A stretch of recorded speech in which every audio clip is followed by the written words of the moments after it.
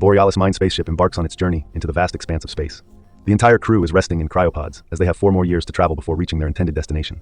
Suddenly, an asteroid collides with the vessel, causing significant damage that triggers an alarm. Inside one of the pods, Andy is startled to awaken to a video message from his family, who remain on Earth. The ship's AI system announces that there has been damage to the ship, and that life support systems have been activated to ensure everyone's safety. A group of mechanical tools begin constructing a unique suit for Andy, equipped with limited oxygen and an AI system. The emergency launch sequence is triggered, ejecting all cryopods from the Borealis. While most reach safety, a few are engulfed in flames, causing minor explosions in various parts of space. The robotic weapons build a helmet around Andy's head as the cryopods start the engines. Upon entering the nearest planet's atmosphere, the strong gravity causes the cryopods to fall dangerously fast. Some catch fire and explode. Andy's pod deploys wings, but they break, losing thrusters. Suddenly, it hits a hill and crashes, sliding for seconds until stopping at a dirt pile. Andy, unconscious, sees a vision of his family before waking. The AI thinks it's a heart attack, but Andy stops the defibrillator just in time. He sees he's stranded in a barren land. He tries the radio, but there's no response. Suddenly, the pod pulls away. The AI says they're on unstable ground and needs to leave. But when he tries to open the pod, nothing happens. Andy checks the gear and finds no arrow gun due to his low rank. Shooting the door fails, so Andy uses the fire extinguisher, burning the glass. As he tries to exit, the pod shifts sideways, causing him to fall in. The shattered glass tears his clothes, and he begins losing oxygen. Luckily, he uses a repair spray to seal the breach. Then, the engine loses circuits, igniting a small fire behind the seat. Andy grabs his toy son, clears some dirt, and finally escapes the smoky pod. He glances around and observes the blazing Borealis descending from the sky, watching as it crashes into the planet, resulting in a massive explosion. The ensuing shockwave hits Andy, causing him to fall. He quickly regains his composure and inquires the AI for details, learning that the vessel has only journeyed halfway and is now in uncharted territory. Noticing a light in the distance, Andy begins to head towards it, attempting to reach others via the radio. After some trading, he sees half of the Borealis burning nearby. He checks for oxygen and is shocked by a crewmate's body. On closer inspection, he finds broken oxygen tanks. Andy leaves, missing the blood and flashes on the pot. Minutes later, Andy spots SOS lights amid a strong wind. Dwayne has prepared this, having salvaged some equipment. He's considering using the bodies for food. Before the crash, he reviewed the navigation log and found the company took a shortcut through asteroids to conserve energy, leading them to an unknown location. Dwayne is attempting to use the equipment to send an SOS to Earth, which will take 8 months to reach, and if rescuers use a ship, they will arrive in approximately 2 years. Andy begins to lose hope, but Dwayne suggests they might discover a way to survive on the other side of the Borealis. As Andy regains his composure, he inadvertently disconnects the machine and turns around to fix it. Just then, a mysterious creature leaps in and captures Dwayne, vanishing without a trace. When Andy eventually turns back, he finds himself completely alone. After sending the Earth message, Andy takes Dwayne's gun. The AI warns his oxygen is low. Andy asks it to route to the largest Borealis piece, checking the radio for survivors. He reaches a cliff edge, and the AI admits system issues. Thinking of his family, he screams in frustration until he hears a radio noise. It's another survivor, Naomi. The signal is weak, so Andy flies until it's clear. Naomi is trapped in her pod, searching for cruise trackers. Sadly, only she, Andy, and Dwayne survived. She sends Andy her location, but the AI warns it's unstable, and Andy lacks oxygen to get there.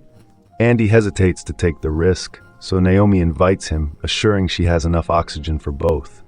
For hours, Andy walks and chats with Naomi. Suddenly, Andy hears a noise and asks his AI to scan, but it fails. Naomi, hearing the model's name, confirms the AI was meant to be discontinued, another cost-cutting move by the company, despite safety of their crew. It's night, and Andy walks carefully as his lights are dim.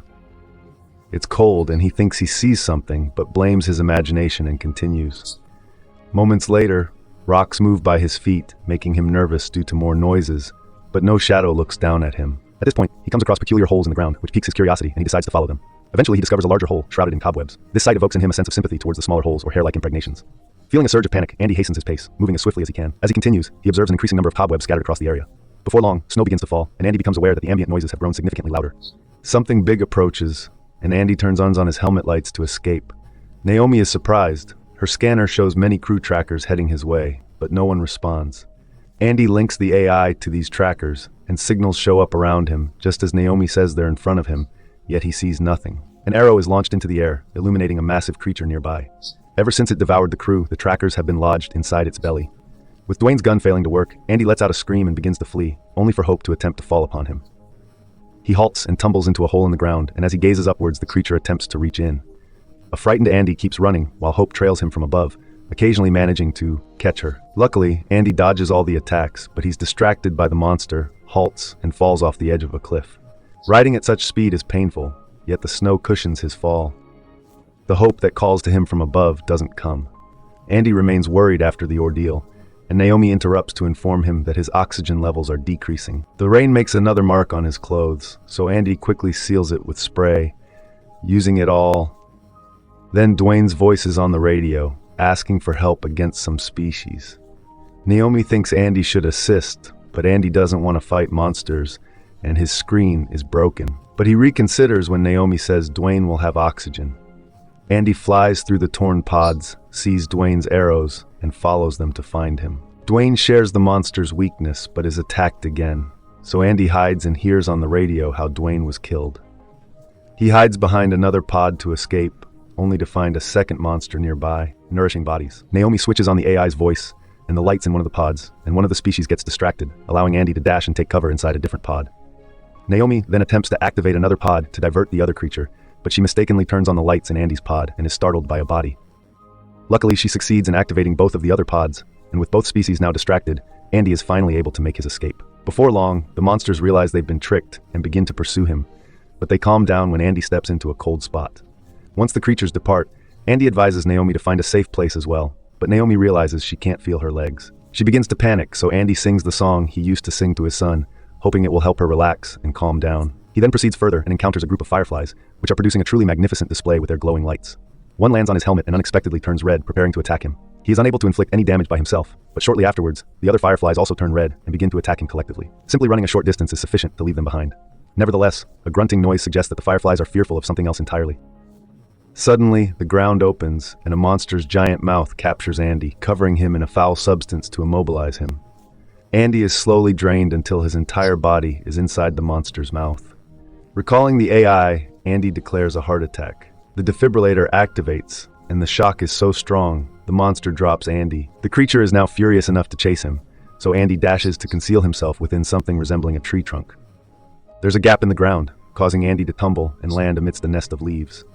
The small aliens quickly turn red and begin striking him as he flees, finally leaving him alone once he emerges from the tunnel. Following this, the AI tells Andy that his present oxygen level is sufficient to get him to the Borealis, yet it might not suffice to reach Naomi, who also believes he should head to the boat.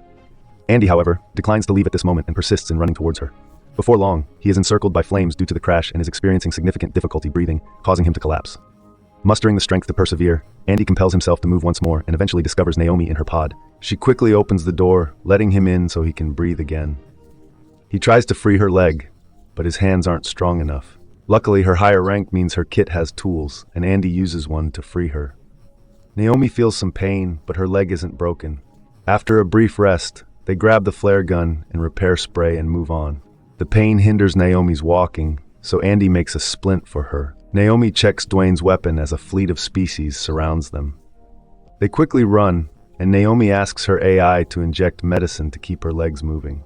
As the species chase them, Naomi and Andy reach the other half of the Borealis, which seems in good condition. The duo keep running, and Naomi trips, so Andy helps them get down to move quicker. The species are already nearing, ready to jump, and the duo keep pushing the crash debris to block the path behind them, only for them to tumble as well. One species is closing in on them, so Naomi shoots an arrow, causing the creature to pursue. She shoots a second arrow to distract the other species too, allowing them to continue running up the hill until they enter the Borealis. Naomi struggles with the control panel as the species approach, but as one enters, she shuts it, killing the creature. Others start falling at the entrance while Naomi and Andy check things. There's damage, but the lights work, so the feedback generator is fine. The cargo box contains shopping boxes and a stabilized atmosphere, so they should survive until help arrives. In one corridor, there's a blood trail leading to the main console, covered in drips and cobwebs.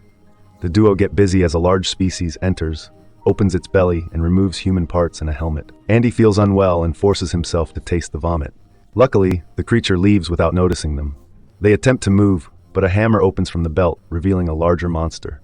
Andy quickly shuts the door for safety as Naomi hugs him, explaining they're trapped in an airlock. As the spider pounds on the right door, Andy hits the left with a tool, but it's futile. They can only wait for their end. Andy shows a video of his family, explaining they died in a car crash while he was driving. He feels survivor guilt. Naomi scolds him, reminding him she's alive because of him. They hug, thinking they're about to die. Then Naomi finds a firefly orb on Andy's suit. Once the species finishes stretching, they place it in orbit, and the fireflies attack. The creature makes her take off.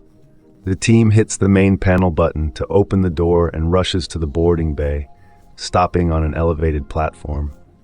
The species removes the fireflies and chases the humans, who can't shut the door. They retreat from the platform to defend, and Hope falls into the cargo bay. He recovers swiftly and chases them again, so Andy sprays directly into his mouth. The monster tastes it, and Hope bursts across his face, giving the duo a chance to escape. Later, Hope dashes across the roof to reach the humans quicker and ends up falling just behind them. They both tumble, but Naomi quickly gets up and runs to lure the monster, telling Andy he must find a way to destroy it. Seeing pods in the boarding bay, Andy asks his AI to locate a working one upstairs. He hurries to the last line of pods, reaching the top platform just as Naomi is caught by Hope. Andy then switches off the lights, allowing Naomi to hide inside a box unseen. Inside, she finds emergency lights. When Andy attempts to eject the box, the AI says it's impossible due to the power shutdown. He must do it manually from inside. Andy enters and connects his AI to the box while Naomi exits, lights surrounding her, and Hope fades. Andy bids farewell to his toy son, his AI, and waits patiently for the ideal moment to eject the pod. A vivid memory of the car crash flashes through Andy's mind before the pod eventually falls on the monster, ultimately killing it. Naomi rushes to Andy, crying uncontrollably because she believes he's dead. But after what feels like an eternity of crying, Andy miraculously wakes up, perfectly alive and well. The duo then walks slowly to the window, gazing at the stunning sun as they lovingly hold hands.